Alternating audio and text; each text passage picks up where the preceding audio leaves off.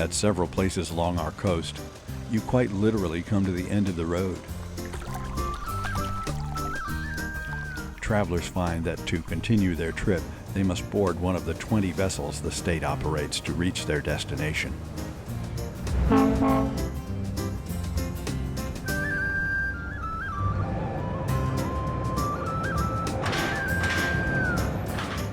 For some people, a ferry trip is a fact of daily life. Other folks sometimes go out of their way to do this when they can. For tourists, it's often one of the charms of coastal travel.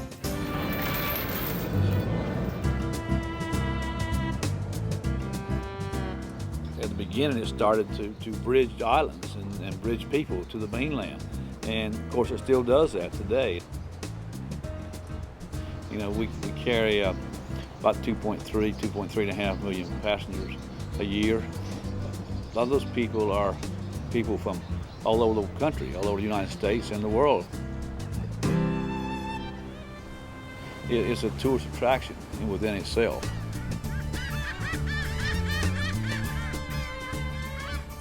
We have three classes of ferries.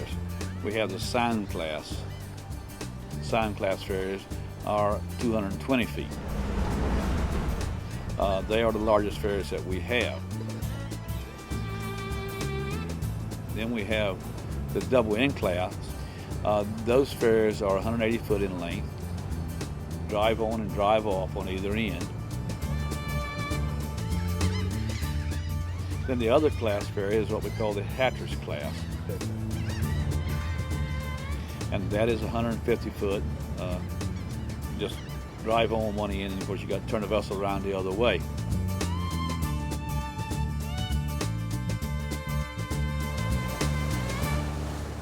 On the Neuse River Ferry between Cherry Point and Minnesota Beach, the daily riders probably don't spend much time thinking about the technology making their trip shorter and easier. But these ferries have an ingenious propulsion system called a Voigt drive that provides better control in windy conditions and gives them great maneuverability.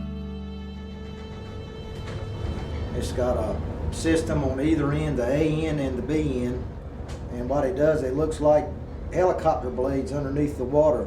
It's not a conventional propeller and rudder system. And if I want to straighten up, I just put it straight. And if I want the bow to go that way, you move it that way. And also I can control my B end with this one right here. You know, you can go to the dock in a hard wind, a hard northeaster, and not even touch it. The powerful diesel engines are used to hold the ferry against the dock for boarding.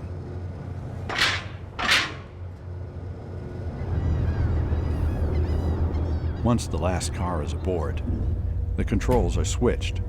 The bow becomes the stern becomes the bow, and the captain simply changes chairs to move the boat forward out of the dock.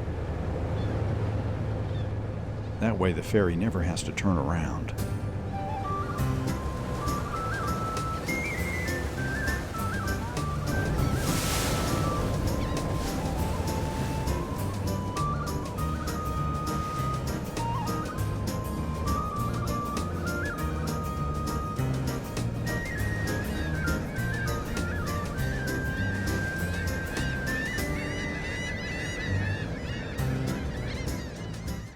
"20 minutes after boarding, you are across the Neuse River and on your way again."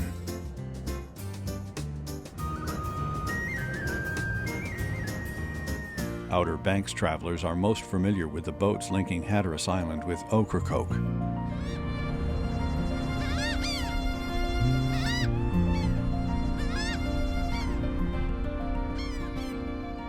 These Hatteras-class boats have to contend with the constantly shifting sands of the very shallow Hatteras Inlet. This is our worst part of the channel right here. We're slowing down so we don't bump bottom. We probably got maybe 1.5 feet of water underneath the keel right now. And the tide's probably almost high, so can you imagine what it is at low tide? We try not to bump bottom, but on low tide you will bump bottom in a few spots in this channel. And the more hurricanes we have each season, the trickier it gets. The channel is dredged periodically by the Army Corps of Engineers, but it's a constant battle between shifting budgets and shifting sand.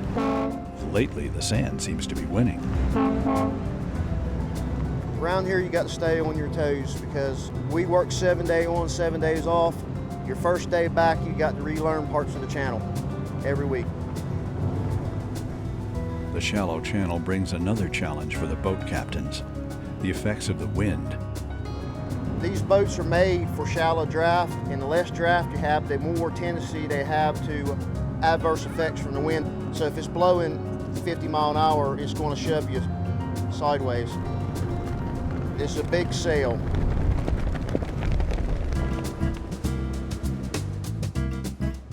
Travelers to Ocracoke from the south gather at the ferry terminal on Cedar Island.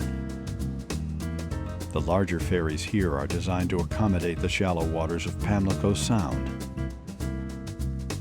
A similar ferry operation links Ocracoke with the Hyde County seat of Swan Quarter. The view out here is one you can't get from any road. The 2.5-hour trip across Pamlico Sound is like a mini ocean voyage. Land disappears for a while, and you never know what you might see. In this case, it's the ship Elizabeth II, a sight that might have been common in colonial times, but a spectacular surprise today.